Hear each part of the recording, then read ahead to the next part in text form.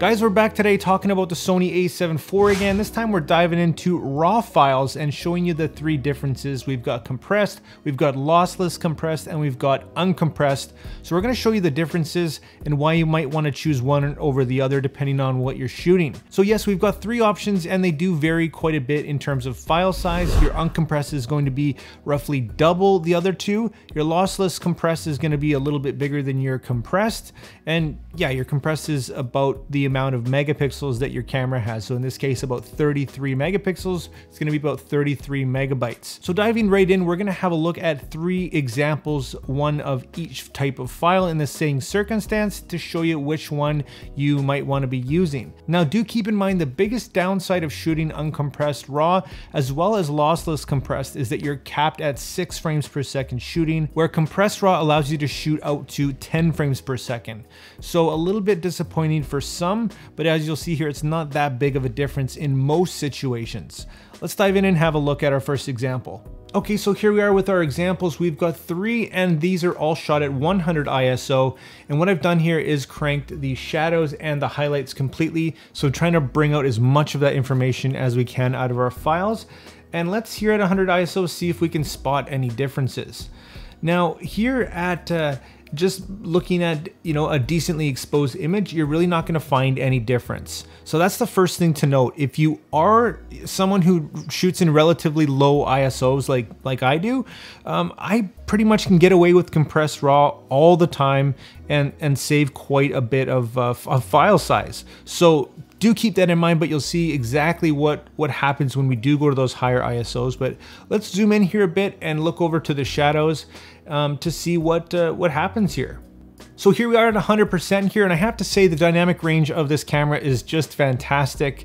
In the shadows here, all three are looking really good, and there's pretty much, it's indistinguishable between compressed RAW and uncompressed. Maybe a tiny bit of loss of detail in the finer points here, but for the most part at 100 ISO, for me anyways, pretty much indistinguishable. Next, let's check out 3200 ISO, pushing it a little bit and see what we get. So here we are at 3200 ISO now, and as you can see where it's properly exposed or just a little bit above here on the left, well, it looks pretty much identical. Once again, you're going to be really hard pressed to see a difference here, but let's look into the dark side here where we really pull up those shadows, and that's where the noise is going to start to become apparent. And here we are once again zoomed into 100%, and it's once again for me just about the same story. Maybe a very slight edge going to the uncompressed. It looks like it might be just a tiniest bit brighter for me, but they're again too close to call. So at this point, there's really no reason for me to shoot uncompressed, given that this file size is almost double. Now the lossless compressed, as you can see here, it's pretty much the exact same thing, maybe just a % better, but is it worth the extra file size? And more importantly, that crippled shooting speed of 6 frames per second. That's for you to decide. And here we are at 12,800 ISO. Now we're really pushing it. So this time at the properly exposed areas or somewhat, you can see quite a bit of grain starting already, especially in the darks. Now, is there a massive difference? For me, you'd really have to pixel peep, which we'll do in a second, but for just an unzoomed picture, you are really going to be hard pressed to see the difference. Let's check out 100% again to see if we notice any differences there. And here we are zoomed in again to 100%, and it's really hard to tell the difference, but the edge does go slightly to the uncompressed RAW. And it's just by a little bit, I gotta say. So I tried to be creative here with this test to show you the differences. This is a very high contrast situation with half of it lit and the other half pretty much completely dark and black. So you're gonna have to be the judge here. For me, there's just a slight advantage for the uncompressed RAW. For that double the file size, is it going to be worth it? Well, really not in most cases, but it really depends on what type of shooter you are. If you're somebody who shoots that 10 frames per second like me for wildlife and sports and whatnot, well, that's gonna be really hard to give up.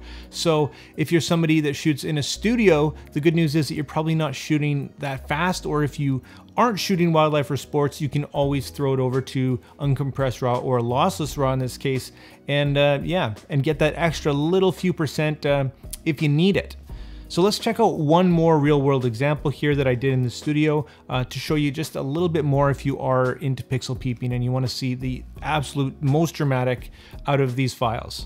Now in this case, there is quite a bit difference here, definitely between the compressed RAW and the other two. The uncompressed is definitely the best in this situation, but the lossless compressed is very, very close behind. So that begs the question, do you need to double the file size, or could you get away with lossless compressed RAW here in this case? This is gonna be a great example to show you which one's gonna be best for you, and if you really need the utmost out of your photo. For the average person like myself, I really don't see a need for that, and I already shoot a ton to begin with. I only have limited storage like most people, and I do have a lot of storage, but if I don't have to use it, I really don't want to.